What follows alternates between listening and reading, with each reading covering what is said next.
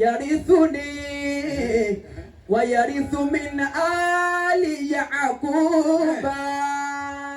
ọmọ tí jogún mi òun ni ogun mi kódà àṣà àfi nǹkan ní nǹkan jo àfi jowú ìjọba Nàìjíríà akéwùkà yìí bíbá yìí àjò ohun tó dáa ó ní yàrá ìsùn ní ọmọ tí ó jogún mi ni ó fún mi kódà wọ́n yẹ́rì sò mí ní Yakuba kó tún wá lọ jogún bàbá mi lọ́mọ náà kọ́mọ wọn tún lọ jogún nínú òdìrí ànábì Yakubu. ẹ wọ́n gan ìjọba Nàìjíríà sí ọ̀yin ẹ̀dílé l'Amẹ́ríkà ìjọba Nàìjíríà ẹ̀ lówó ń bẹ̀ gbogbo orílẹ̀-èdè ayé ìjọba Nàìjíríà lẹ́kọ̀ọ́ wa lọ́tẹ̀ lọ jí kó lọ bẹ̀ ẹ wá gbogbo wọn ti ń ṣe títì tiwọn kẹ wá ṣe tiwa bẹ́ẹ̀ bẹ́ẹ̀ bá ṣe títì fún wa lónìí oṣù mẹ́fà náà láyé lò àfikàjà gbé wọn páàkì níbẹ̀ kókó òun ṣe nǹkan kan ibi ọkọ̀ kọ́ ṣe láì ní ọ̀nà tuntun. يرثني ويرث. Nàìjíríà ẹ wá jogún tó dá wá sórílẹ̀-èdè wa ẹ wo orílẹ̀-èdè wa ti rí wútawúta ẹ bá ti gbọ́ lọ́nkọ́ bá a san àwọn bàbá tó ń ẹsẹ̀ gbélé yìí ọlọ́run bá a san wọ́n lẹ́sùn lórí àwọn bàbá Tinubu gbogbo ìjọba náà ti lọ Nàìjíríà yìí èmi ò ní kàn lóde láyé lẹ́yìn bàbá Tinubu ọlọ́run san yín lẹ́sàn àtàwọn ọmọ yín àwọn nìkan níjọba tó dà ẹ wọ́n gbogbo ẹ ti tutù dáadáa òfin olè ọ̀wá káwa òkè mọ́ wa kò sí ọ̀rẹ́ àìsàn afẹ́ bá ìjọba ọ̀bẹ ọ̀sẹ̀ tó wọ́pọ̀ wá pé ẹ̀ẹ́dẹ́gbẹ́sílẹ̀ ìjọba Tinubu ìlọ dáa jù bó ti dáa jù irú ẹ̀sán tó dáa jù báwọn náà bàbá Tinubu ọlọ́wọ́ bá a san yìí. يرثني. ọmọ tí ó jogún mi òun ni mo tọrọ. ويرث من آل يعقوب. yóò tún wá jogún kó tún wá lọ jogún náà délé ànábì Yakuba wọ́n lè ṣe tó fi wí bẹ́ẹ̀ tó tún wá fi ní kó lọ jogún náà délé ànábì Yakubu wọ́n ní bẹ́ẹ̀ ni gbogbo ọmọ méjèèjì rà tá ànábì Yakubu bí ànábì Ọlọ́run ní gbogbo wọn.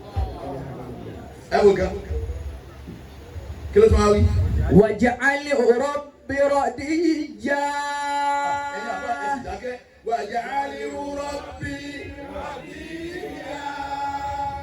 wọ́n ní wá bá ń sọ ọmọ ọ̀hún tí mo ní ogun mi bá ń sẹ́ ní ọ̀rọ̀ bíyà ọmọ tá a rí kínú máa dùn ẹ̀ jọ̀mọ́ níbo mo ti ní pàṣẹ sínú nínú àrídùnú ọmọ ẹ̀wọ̀n kan gbogbo tọ́lọ̀ ọgbà fún ìyàwó Hadija nù ó ti gba kànáàbì Ọlọ́run rẹ̀ ọwọ́ gba tìyàwó Hadija náà bẹ́ẹ̀ gbogbo pàṣẹ dé tí wọ́n gbé à ń bẹ lábúlé ẹ̀dá àdìwà ń bẹ láti bá bá sí wa lọ jẹ́ẹ́jẹ́ ẹ̀ ní bó ti yọ ọlọ́ọ̀kan mọ́ ó Sunday Dagboru dé àwọn ní ti bẹ́ àwọn tá a tún ṣe wá tá a ti gbádùn ara lọ bíbẹ̀ ti dí tó àwọn náà bẹ lẹ́yìn kí ni àwọn tá àwọn ẹbí mọ́ wọn ó dé báyìí dé wọ́n sì wọlé ní mo ní yẹ agbọ́dọ̀ kọ́kọ́ ló 30 minutes àbí ká sinmi náà máa dá wọn lóhùn mo ò fẹ́ kó náà gbàdá tún wọn ká wájú ẹ̀ ó ní Ọlọ́run bá ń sọ ọmọ náà ní ọmọ táàrí tí ni wọ́n sì máa dùn ọmọ àrídùnú Pasuma ní nínú gbogbo olórin àrídùnú nàbá ìdùnnú lọ kí ló tún wá rí.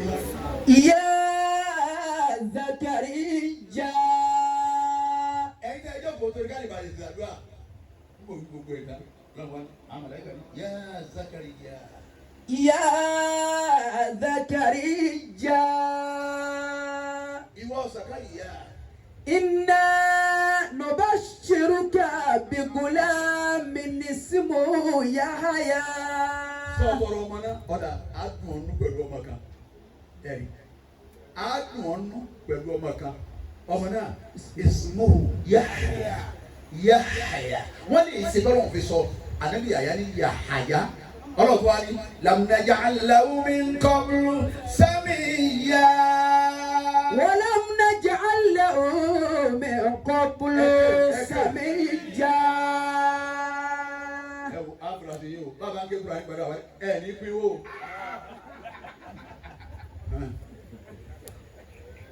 wọ́n lè ṣe lọ́wọ́ fi wá sọmọ òun ní Yahaya ṣé Yahaya lọ́dọ̀ fi yé àpò bíi Ìṣáù ìyàwó ànábì Zakariya. Salatu wassalam.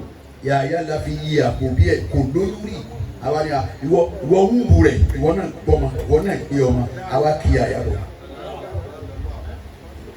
ẹlòmíín ṣe fi rún ni wọ́n fi bí ma ni ẹjọ́ ẹ̀rùn bí ẹ̀mẹ̀ta mo fẹ́ kọ́ lọ́hún gbàdúrà kọ́dà ó lè máa lé rìrì ibi tí ò ti fara balẹ̀ gbogbo ẹ̀ lè má dà síbẹ̀ tó lè ṣe kékeré náà ọ̀la kẹ́sẹ̀ tí kìíní ń kéke yóò sì lọ fi jíjí lọ mọ́. èyí tó wulẹ̀ wà máa tó ọ̀sọ́ lẹ̀ fi ọlọ́run náà gbàdúrà wa ibi ìjọ yá kí n kú èwo ló wulẹ̀ parí ẹ sí ẹnu ọ̀tọ́ bá rò ó bẹ̀ náà lọ́lọ́run ní ìdí kí ló wí. Qala rabbi anna yakunu li gulamu. ẹ wá wọ ọlọ́run o anamisa ká gbà tó gbọ́ pé àágùn ọlọ́mọ ọmọ náà máa jẹ́ yàyà ọwọ́ dáhùn ó ní ọlọ́run ọba mi o. Anna yakunu li gulamu. kó lọ mú sí jẹ́ tèmi Sàkáríyà. Wa kanat imraati akira. ìyàwó mi rè é àgàn ní kó ní mo ti wá bímọ. Wa qad balagtu min al-kibari itiya. káwọn wà pé bẹ́ẹ̀. qala kadhalika qala rabbuka huwa alayya hayyinun wa qad khalaqtuka min qablu wa lam taku shay'an. Qala kadhalika rabbuka. Qala kadhalika rabbuka huwa alayya hayyinun. wá dúró bẹ́ẹ̀. ẹ wá wò gan. ó ní bóòlù ọmọ kan ó sì wá jẹ́ tèmi. abáṣọ mi wà ní. ọlọ́run wá ní àmọ̀lẹ́kà wá ní. káàdà kàdálíkà níta wí fún ọ bọ́lọ́hún ti wí náà nù ni. wọ́n ń béèrè pé bóòlù ọmọ sì jẹ́ tiẹ̀. huwa alayya hayyinun. èmi ẹ sì sọ pé Allahu akbar. Allahu akbar.